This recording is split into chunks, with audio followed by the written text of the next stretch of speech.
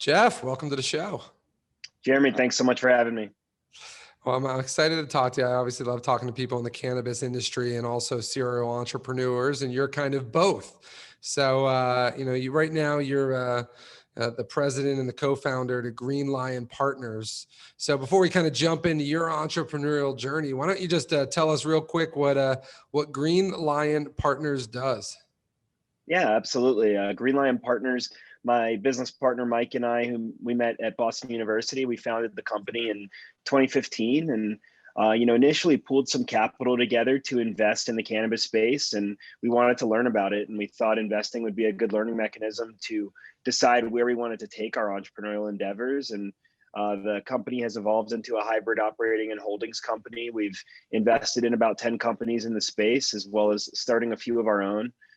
We work mostly on the ancillary side of the industry, so things that don't directly touch the plant or have to deal directly with the regulations, things like software, services, and devices. And additionally, besides all of our investing and advising and operating, we really try to set an example for what cannabis companies should do on the advocacy side. We think it's really important that all companies in this space are involved in advocacy, and I serve on the board at Marijuana Policy Project and a trustee for Students for Sensible Drug Policy, among other organizations. And it's been a whirlwind of a journey these last 7 or so years in the cannabis space. Yeah, it's an interesting time for us to be living, considering prohibition on the cannabis side is slowly deteriorating. I think I just got an update on my phone saying the federal legalization is closer than you think, and it was like an hour ago. I got that, so I don't know if there's any the updates on that. But share with me a little bit about, as you started to explore the cannabis space. There's obviously you're getting bigger players; they're getting involved in it. It's still a hot industry to look at. How did you find the opportunities away from the grows, away from the dispensaries? When you saw that there was other business opportunities, what were you looking for when you decided to hit those other parts of the vertical? Yeah, it was for a combination of reasons that we chose to go on the ancillary path. One being that, obviously there's the federal illegality issue, but the main reasons were really that the regulations were constantly changing in the license side, which was constantly changing the economics of being in the space. That additionally, Mike and I wanted something that we thought we could be incredibly impactful in. We didn't have incredible amounts of capital to go and start some of these huge licensed businesses. And we both worked in a variety of businesses and industries. So we thought that, the things that would kind of grow with the industry, sort of the picks and shovels, if you will, of the gold mining era, would be a good place for us, and a place where our previous experience would really apply. And so as you kind of chose those, did you take a look at what was already out there? Did you find that there was competition? Were you creating new space in seeing where there was opportunities, or did you find where there was where there wasn't as much competition, or was just people getting into that part? For example, let's go software, or let's go one of the other ancillaries you're talking about. Yeah, and software is a good example because that was one of the first areas that we looked in. My business partner has a background in software, and generally, there were a lot of early stage companies, but no one that had really solidified what they were doing. So there was a lot of open space on the ancillary side. I think there still is, but obviously less so than there was 7 years ago. And, we just looked for opportunities that we thought we could be impactful with. So to give you an example, our biggest investment in the space, and one of the ones we made on the earlier side, was into FlowHub. It's a point of sale software for dispensaries. And, when we came into the space, we saw a lack of enterprise software. And while building our networks, that was something we were keeping an eye out for. And then we were introduced to Kyle Sherman, the founder of FlowHub, and we really saw them doing it properly. And we saw some similarities to some of the enterprise softwares we'd seen in other industries. So where do you see opportunities right now? It's starting to get a little bit crowded of a space, but still brand new. It's obviously somewhat of a sexy industry that, it's fun and exciting for people to get into. It's always a good cocktail conversation. If you meet anybody in the cannabis business, you end up kind of being the one that everybody wants to ask questions to. So if I'm thinking about getting in the cannabis space right now, do you see that there's any opportunities? How would you recommend some of these budding entrepreneurs, I'm not using budding on purpose there, but these budding entrepreneurs to get involved in the industry? Yeah, I mean, despite the fact that the industry has been so hot and is growing, there is still a tremendous amount of growth to follow. So I think there's a variety of opportunities.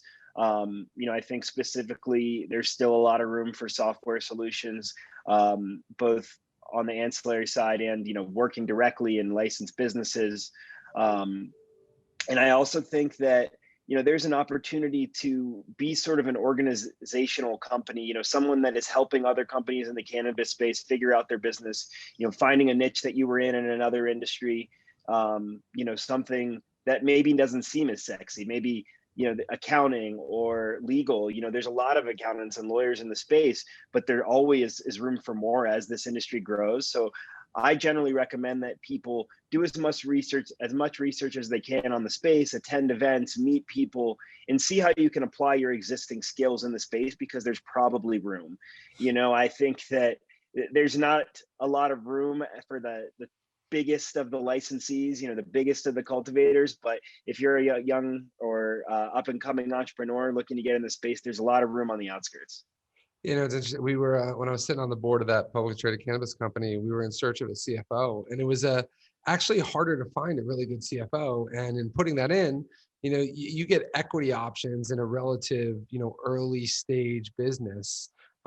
If you do have a unique skill set that it might not be cultivation, it might be something like accounting, but you can get in early on. And then from that experience, you can really be able to find where there might be an opportunity to be able to go be an entrepreneur afterwards. So it might be just getting in the industry first to get a lay of the land to be able to do it. Now, you've been, sorry, go ahead. I was just going to say that I have advised similarly to some young entrepreneurs that have come to me asking how to get into the space. In addition to going to events and meeting people, it's, hey, maybe get a job that's really suited to your current skill set. And by learning within that position, you might see where you want to take your entrepreneurial endeavors. Yeah, 100%. You've been in entrepreneurship for a while. One of your first real estate deals was an interesting one as we talk. You want to talk about how you first got into real estate and maybe your first deal and kind of how you parlayed that into your entrepreneurial experiences? Yeah, absolutely. So one of my very best friends from college, Alex Hodera, who's a real estate magnate and the founder of an awesome after school program called Rocket Club.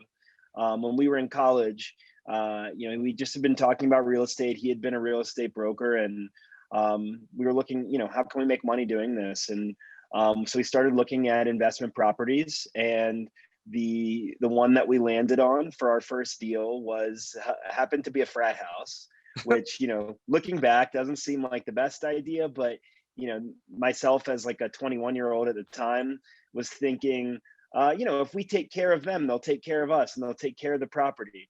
It wasn't necessarily the case. We did have 6 profitable years before we sold that property, but it was a much bigger headache than I ever could have imagined. Fortunately, we were able to raise a down payment basically from friends and family to get into this. And simultaneously with buying this investment property, we started a property management company. And, our thinking is, we're going to buy properties, let's manage them. Well, being in the downstairs basement with leaking HVAC, I look back at that moment and I'm like, what did I get myself into? And so we put a fair amount of money cleaning that place up and fixing it up. It turns out that frat guys don't really take care of it, even if they have a great owner and landlord. So it was tough. It was from a property management side, it was really tough. We had to stay on top of it.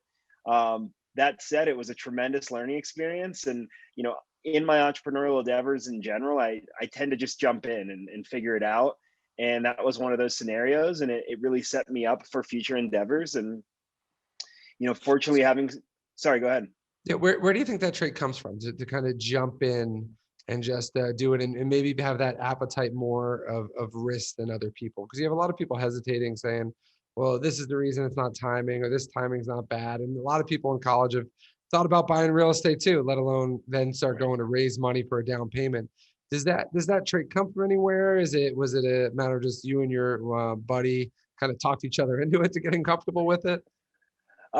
Really, I have to say it stems from my father. He was an immigrant into the US and, grew up incredibly poor and, was an entrepreneur and started a variety of companies and, really lived that American dream. So I take a lot of inspiration from my dad, who, unfortunately passed in 2008. But I think that's probably where I get that risk tolerance for, is because had a front row seat to a variety of risks that he took as I was growing up, in order to make it in the business world.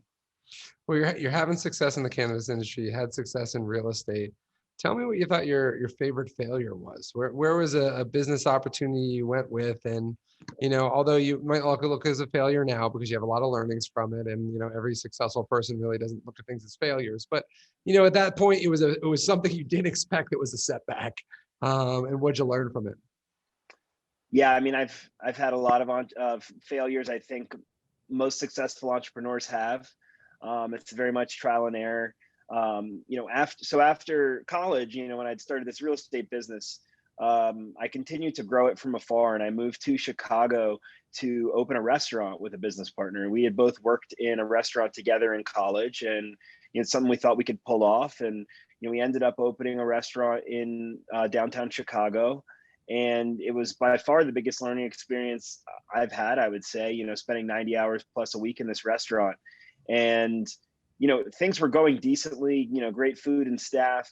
And the Panera Bread next door to us became Panera Cares, which was their pay what you can experiment. And it just really changed the dynamic of the neighborhood. We were the first of 7 businesses to close on the block. But what that taught me is, you have to take things that are unexpected, that it's going to happen all the time in business, and you have to adapt. And our method of adapting in that situation was, we were the types that watched our numbers very closely. We saw a sharp decline correlated with this opening next door, and we decided to shut down. So there aren't many things that I've put that much blood, sweat, and tears into to see it turn into a failure. But all of my failures I look at as educational experiences that I was lucky to have. What's interesting about that is most entrepreneurs, and anybody, and once you have that certain investment level, whether it's time, money, or just passion into it, it's very hard to pull away, even if the numbers are saying something different. Objectively looking at those numbers to make an unemotional decision is a very tough thing to be able to do. Talk a little bit, any advice around that for people that are looking at it, might be trying to decide on, hey, I'm supposed to just work my way through it, roll up my sleeves and do it. How do you make the decision to pull away or not? Any advice you have for anybody on the call that might be struggling deciding if they should throw in the towel or not? Yeah, I mean, like you said, it's very tough. It can be very emotional. This has been your life, probably, if you're up against this decision. I would say, as objectively as you can, take a close look at the numbers and how they're trending. But most importantly, I'd say it's something I've made the wrong decision on in other businesses before, is just don't put good money after bad. Don't keep pouring money into something just because you can't imagine it ending. If you can't see a path to success from these exact dollars that you're putting into the business, you should not put them in. If you can't not see a path to sustainability. So I would want people that are in that situation to say, let's say they're looking at putting, another 100,000 might get me there. Look at yourself a few more 100,000 in, and think about how you're going to feel then about the fact that you made this decision. And if you can't be confident about still going forward with it, then I'd say pull the cord. Yeah, I think most people struggle with that sunken cost idea, right? They just don't want to lose the money, and they don't realize the money's already gone. And I remember I'm going to screw this analogy up, but they were talking about Texas Hold'em. And, when you're already in and then you got dealt, the river didn't work for you, and you already feel like you're a bunch of money in at this point. Do you stay with it or not? And you got to look at that money's already done. If you feel like you don't have a good hand anymore, you don't got to go double down for the sake of it. Trying to figure that part out objectively is hard to do. And I think he gave good advice around being able to kind of pull the emotions away from it. Now, you also mentioned how, I think it was the 3rd time you went in business with somebody from college. Do you have like a thing going in business with just friends? Because a lot of people try to stay away from that. So a lot of people don't work with friends. My perspective on working with friends is I need to know them well enough to know if they're the type of person I can work with successfully or not. So, some of my very best friends in the world, I know for a fact we wouldn't be good business partners, and I stay away from them. But I think one of my, you know, skills is being able to understand who I work well with. And so, yeah, like probably more so than most, I do have probably 4 or 5 business partners that were college acquaintances or friends. And there's certainly trying times around that. And, not to say that I've never made a mistake on choosing a friend to work with, but the ones that I have, the most important aspect of our relationship is transparency. For us, if there's a problem, we always face it head on. We always have the tough conversations, and that is paramount to our businesses being successful. No, that's good advice. I think most people try to stay away from friends or family, but it's being careful of the friends and family you actually decide to work with. What I find interesting though is everybody I know that went to BU and I was just thinking about it as you were going through your friends, ended up becoming an entrepreneur. Is there something with the school that drives entrepreneurship, you think? Or is it just so It, happened my sample size is way too small and it just worked out? I think it's probably a combination. You're probably talking to a lot of entrepreneurs, but I think I went to the management school there, which is now the Questrom School of Business, and they do a really good job creating thoughtful classes where you're integrated with a team. We spent a whole semester working with one team the whole semester on a brand new product that doesn't exist and creating the business plan, creating the go-to-market plan. So they kind of push this entrepreneurial spirit there. And I would say that it's grown since then. I work closely with the Build Lab at BU. It's basically a startup accelerator. And our company, Green Lion Partners, we've so far done 4 annual cannabis competitions for BU students and alums. Oh, interesting. So what if you were running a curriculum for an MBA or something in entrepreneurship? What would you want to teach? What is something you think that should be ingrained in the curriculum when it comes to teaching entrepreneurs? That's tough. I mean, there's so much nuance to it. One thing that I don't think gets across strongly enough, and maybe it's because it's so nuanced, is just ethics, business ethics, and morality. So much of what I do, I always try to ensure that there's eventually some positive impact for the world in one way or another. And I think that may be the case for others as well. But I think in general, business education, it's a lot more cutthroat. And yeah, I mean, you obviously have to be cutthroat to an extent to make it. And, I don't think you're going to become the next Elon Musk if you're not. But for me, it's a real balance to be a good business person, to be, a good citizen of the world. And I think that it's really important to have a successful business long term, that what you need to be fair. If people are going to want to work with you on an ongoing basis, they need to know that you stand by your word and that you're fair. Yeah. So as you go back, you just talked about a number of endeavors you did, from giving back to your school to the real estate side. You have a restaurant. How do you pick and choose your opportunities? Because, in most entrepreneurial minds, you're just constantly seeing inefficiencies. You're constantly seeing where there's an opportunity to do it. And the hard part's to pick and choose what you're actually going to do. Talk to me a little bit about how you're going about choosing those opportunities and how you're saying no to ones. Yeah, I mean, you hit the nail on the head there. My mind's always racing with opportunities and the best ways to make them work. I mean, it- I'd say that it's been a learning experience, trying to figure out the best ways to say yes or no. I think I leaned toward a lot of yeses and had a handful of failures at the beginning, and now I'm a lot more particular about what I'll go into. It's not just, is this a good idea and is there an opening in the market? It's what's my ability to execute this, or what's the ability of people in my network to execute this. You can have a million good ideas, but execution is what it's all about. And so I try to focus on things that I can execute. And for me, and it may not be the case with everyone, some people can pour their passion into things they think are going to make money even if they're not super into it. But for me, I have to be really passionate about the subject matter. I'm passionate about the cannabis industry. You'll see behind me, I'm passionate about hockey, and I've done a little bit in the sports space as well. So for me, it's a combination of execution and passion. It's funny you say that. I tell people all the time that success is this multiplier effect of your idea times your execution. So if you have a number 10 idea, but you only execute on as a 3, let's say it equals 30 then, 10 times 3.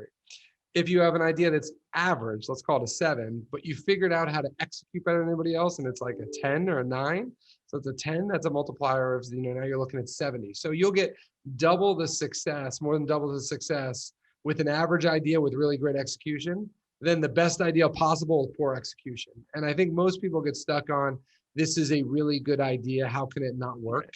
And really the businesses are made on where you're actually executing, how you're executing on it. Right. So talk to me about one of your most memorable days in your career. You've had kind of your hands in a lot of different businesses, a lot of different industries. Is there one day, whether it was an exit, whether it was just a funny story, was it a good learning experience that you would say is one of your more memorable days? Yeah, I would say that if I had to pick out a memorable day just off the top of my head, it's probably the day that we got introduced to Kyle Sherman at FlowHub.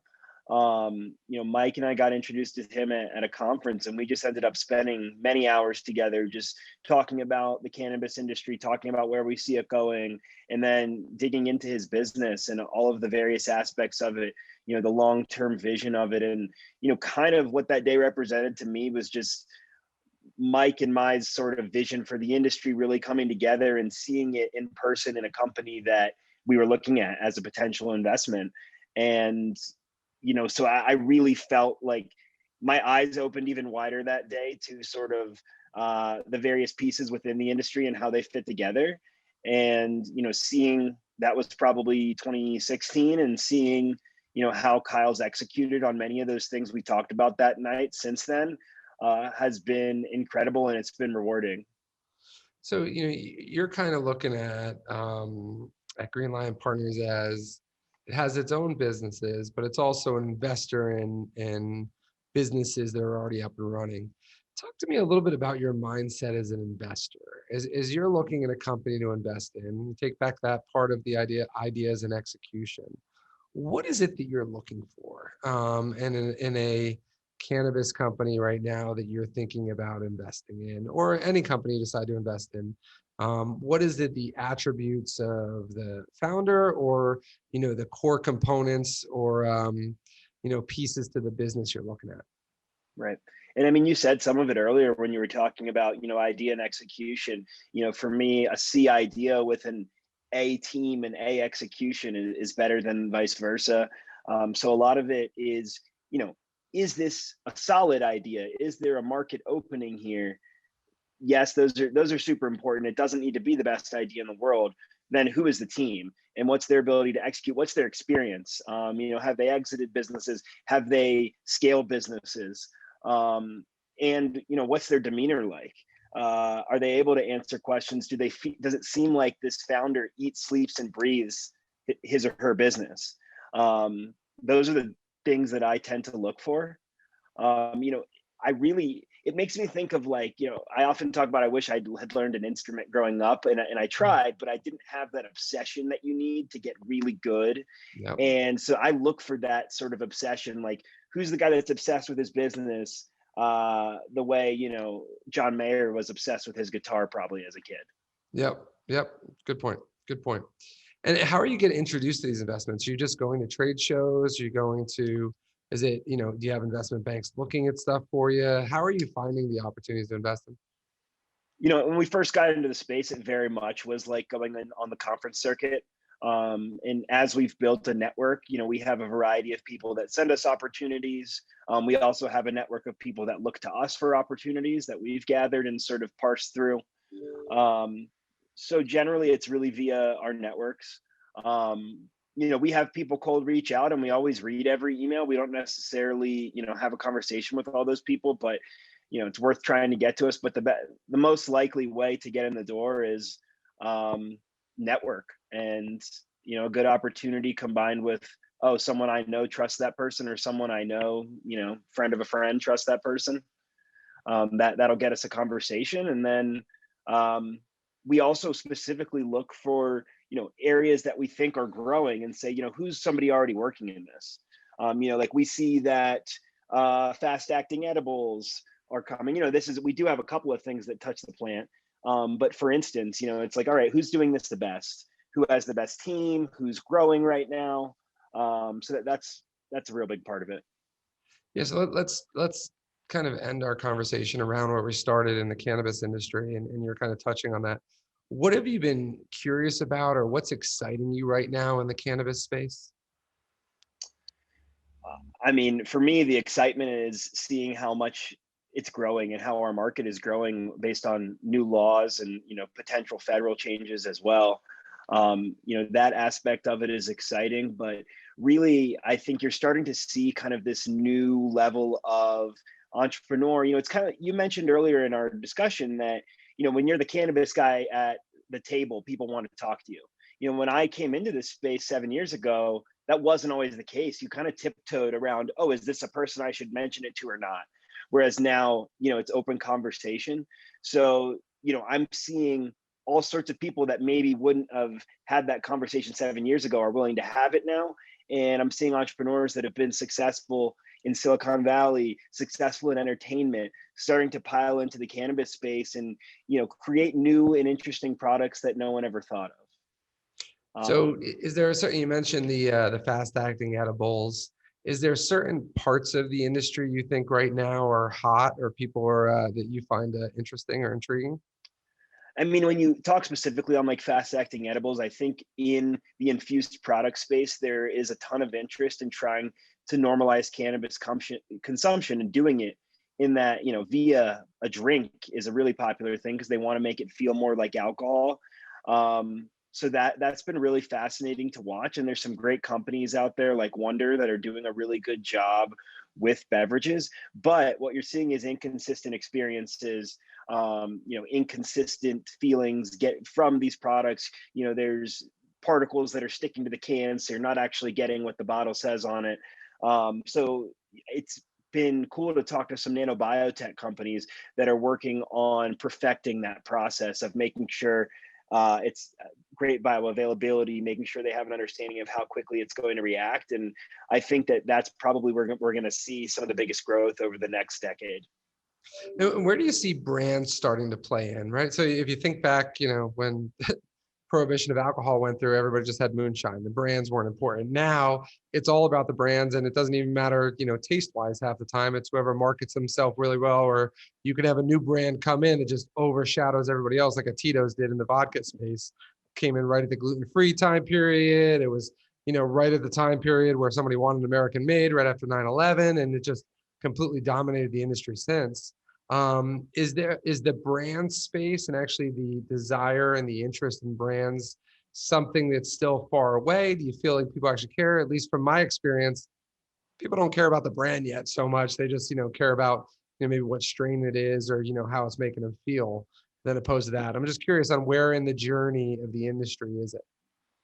Yeah, I mean, I think brands are really important in the space. We're transitioning from this illicit market to a legal one.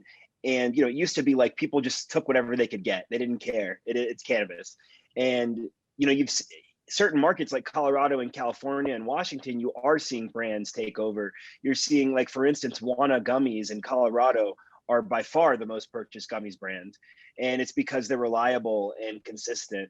And so I think that in new markets, it takes some time to establish yourself. But, you look at a brand like Cookies that, has some connections to the original markets that existed and has done an incredible job transitioning to what the markets currently look like. And they're one of the few brands I know in cannabis that if they release a new strain, they have a line out the door.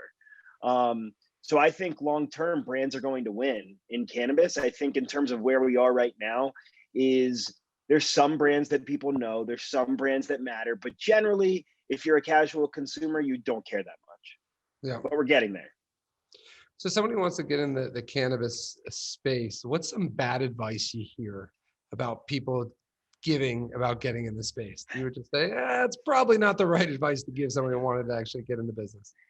In general, the bad things are people just telling you to throw your money at this space, because people were telling us that 7 years ago. And, it's a nuanced space to be successful. And despite the fact that you see it blowing up and you see it in the media, that doesn't mean that every dollar you put in is blowing up in the same manner.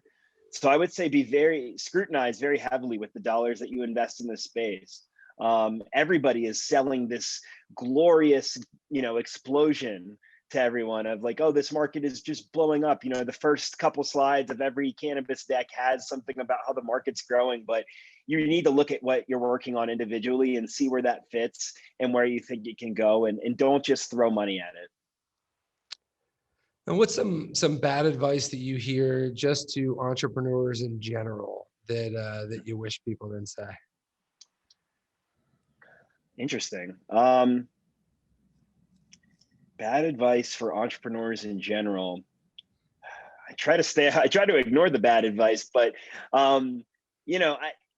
the prevalence of stuff like Shark Tank has just made me feel that some people think that it's too quick or too easy, that it really is just a yes or no, I'm investing or not. And it's like, no, it's a very long process to get from, starting from the ground floor to higher up. There's so many different aspects of it. And, especially if you're trying to raise money, that's going to be a long process. Someone giving you a lot of money, that's going to be, weeks, months, potentially. So, while things like Shark Tank provide a great opportunity for entrepreneurs to expose their brand to potentially get some money, I think that there's some entrepreneurs that come in thinking it's going to be snap of a finger. And so on the flip side of that, I agree with you 100%. On the flip side of that, what's advice that you'd want to give somebody that's been thinking about whether it's doing a side hustle while they're, working for someone else, or, making the full jump into, investing and starting their own business? What would be some advice that you would give that person that hasn't taken the jump yet, hasn't bought that first frat house, hasn't bought, that started that first restaurant, that's trying to decide if they should or they shouldn't? I think ideally you're able to do some sort of proof of concept while you still have stability and some money coming in. And there's various ways to do that. You can run really simple tests. For instance, if you're trying to start a t-shirt brand, make a small batch and see how they sell while you're working at your other business. So I'd say run every experiment that you can, kind of using that rapid prototyping methodology. Try things over and over, get as much feedback as you can. And, before you dive in and put your whole life into this, try to get an understanding of the value there and the best direction to take it before you, go and do that. Yeah, I 100% agree. I think oftentimes people thinks it's the all or nothing type thing. And then the idea of doing that testing is probably the most important piece, pulling enough information to know the market size, not just what you feel or you think it is. Actually building the product or testing the product and see if it's just you that likes it, or is there actually a market there to be able to test it before That's you probably the biggest mistake that I see is people are like, this is a great idea, I'm just going to make it and sell it.